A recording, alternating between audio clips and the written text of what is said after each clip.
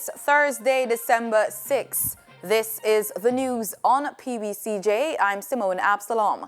Prime Minister Andrew Holness is to review the Auditor General's report on the operations of the Petroleum Corporation of Jamaica and its affiliate, the state-owned oil refinery, Petrojam, after which further action will be taken.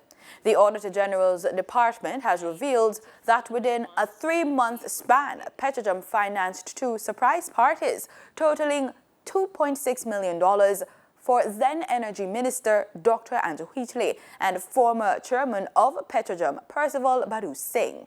According to a comprehensive audit of both Petrojam and its parent company tabled in Parliament Tuesday, payment for both surprise parties was approved by then General Manager Floyd Grindley.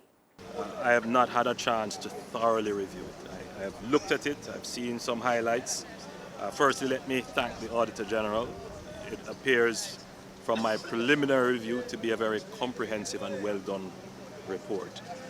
There have been some matters highlighted for which we have already acted.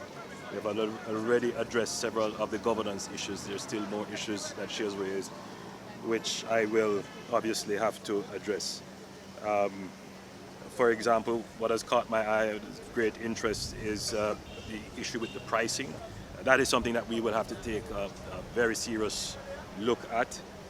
Issues to do with the infrugality of the use of public resources. That has to also be addressed. I believe that you could say that this is a watershed moment for transparency and accountability in Jamaica. The government welcomes the report and will take further action as recommended and guided by the report. The Prime Minister was speaking during a visit to the scene of a house destroyed by fire recently in his constituency, leaving 9 people homeless. Meanwhile, Minister of Education, Youth and Information, Senator Ruel Reid, who was responding to questions posed by journalists regarding Petrojam during a post-cabinet press briefing at Jamaica House yesterday, stressed that the government believes in strong, bold and transformational leadership. Chairman of Parliament's Public Accounts Committee, Mark Golding, wants a meeting of members to discuss the findings of an audit of the Petroleum Corporation of Jamaica and its subsidiary Petrojam. The request was made in a letter dispatched to the Parliament Wednesday afternoon. According to the Gleaner, in the letter, Mr. Golding said the Auditor General's report on Petrojam and PCJ contain very serious allegations, which the Public Accounts Committee needs to review as a matter of urgency. Golding, in the missive, requested that the meeting be scheduled for next Tuesday. The audit report was tabled in Parliament on Tuesday of this week. Minister without portfolio in the Ministry of Economic Growth and Job Creation, Daryl Vaz, says plans are on track for the implementation of the ban on some plastics and styrofoam on January 1. The legislation is now with the Chief Parliamentary Council. We'll be using the Trade Act and the NRCA Act to enforce the measures. The advertising campaign will intensify in the coming weeks as we have now gotten the commitment from the Ministry of Finance and through the Ministry of Economic Growth and Job Creation for $40 million to be able to properly advertise and educate the public, and that will be ongoing into January. And then after that, we continue to have town hall meetings, which will continue throughout the month of December into the Christmas, to make sure and try and sensitize community by community, and to indicate that there's quite a bit of support coming from private sector companies in terms of their offer to distribute bags, environmentally friendly bags, which you will also hear more about in the coming days through the advertising campaign. The legislation is being reviewed by the Chief Parliamentary Council. Motorists should see a decrease at the pumps in the price of gasoline and diesel effective today. According to the latest ex-refinery costs from Petrojam, 87 and 90 octane gasoline will be sold for $123.46 and $126.30 per litre, respectively, down by $2.22 each. Automotive diesel fuel will be sold for $131.02 per litre, following a decrease of $2.96, while ultra-low sulfur diesel is down by $2.78 and will be sold for $135.71 per litre. Meanwhile, kerosene decreased in price by $2.28 and will be sold for $110.77 per litre. Marketing companies and retailers will add their respective markup to these prices. The US dollar on Wednesday ended trading at Jamaican $127.91, up by 67 cents. According to the Bank of Jamaica's daily foreign exchange trading summary, the Canadian dollar ended trading at $97.39, up from Jamaican $95.88, while the British pound sterling ended trading at $161.36, down from $163.42. In regional news, Haiti and Cuba have celebrated 20 years of formal diplomatic and solidarity relations. Haitian President Jovenel Moïse arrived in Cuba on Tuesday to mark the celebration between the states, which officially began on December 4, 1998. Richard Richards gives us the details. In a short statement to the Cuban Information Television System in Havana, the President of the Republic of Haiti, His Excellency Jovenel Moïse, said that his arrival in this country is due to the celebration of the 20th anniversary of the establishment of formal solidarity collaboration between Cuba and Haiti, which began the 4th of December 1998, after Hurricane George struck this island, causing a real disaster, and quoted, "This has been the best collaboration with Haiti in the last 100 years. This declaration of the visiting head of state took place during a tour with his high-rank Haitian delegation through the photovoltaic park in Expo Cuba's area, Cuba's biggest showground located in the outskirts of Havana City. Here he was introduced to Cuba's Sustainable Energetic Plan in its first stage, which consists in building 23 photovoltaic parks throughout the country. This will assure Cuba's pathway to energetic independence.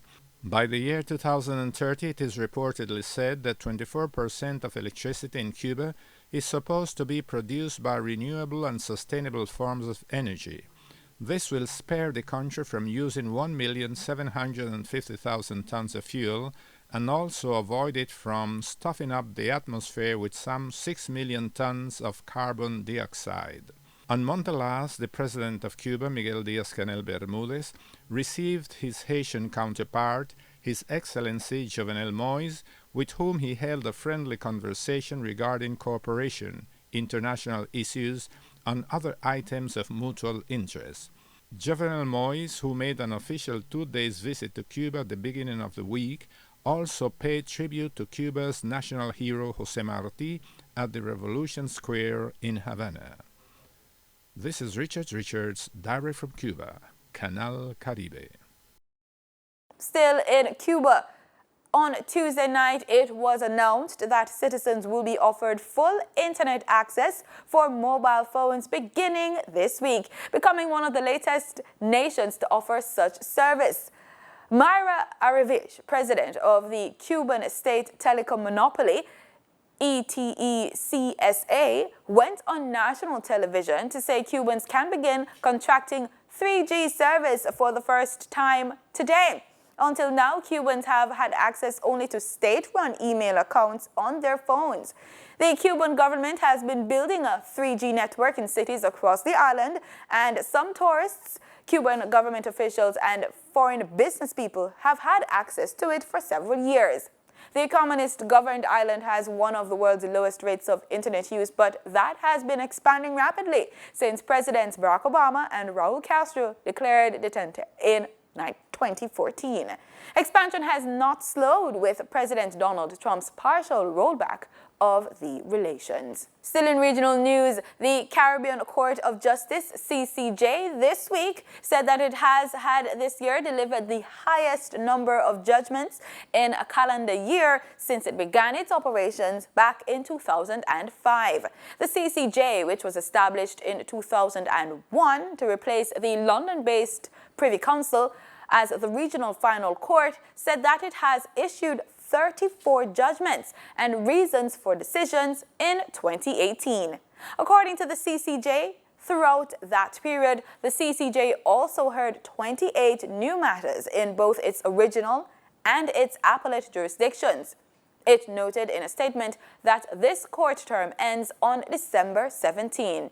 Meanwhile, the CCJ is preparing for the staging of its 5th biennial conference to be held in Jamaica on December 13 in partnership with the General Legal Council. CCJ President Justice Adrian Saunders will deliver the keynote address.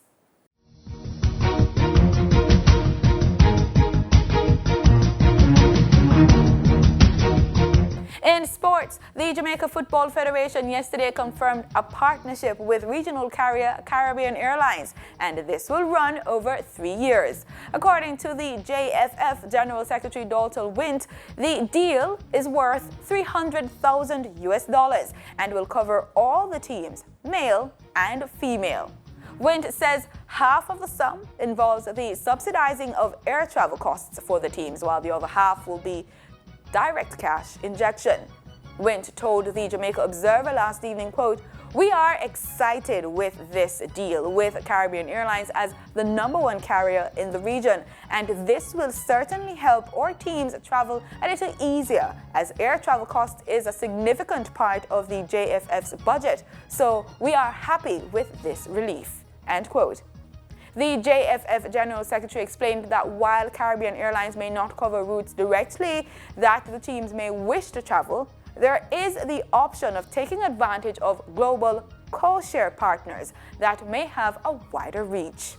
And that's the news on PBCJ. I'm Simone Absalom. Remember, we are the People's Station.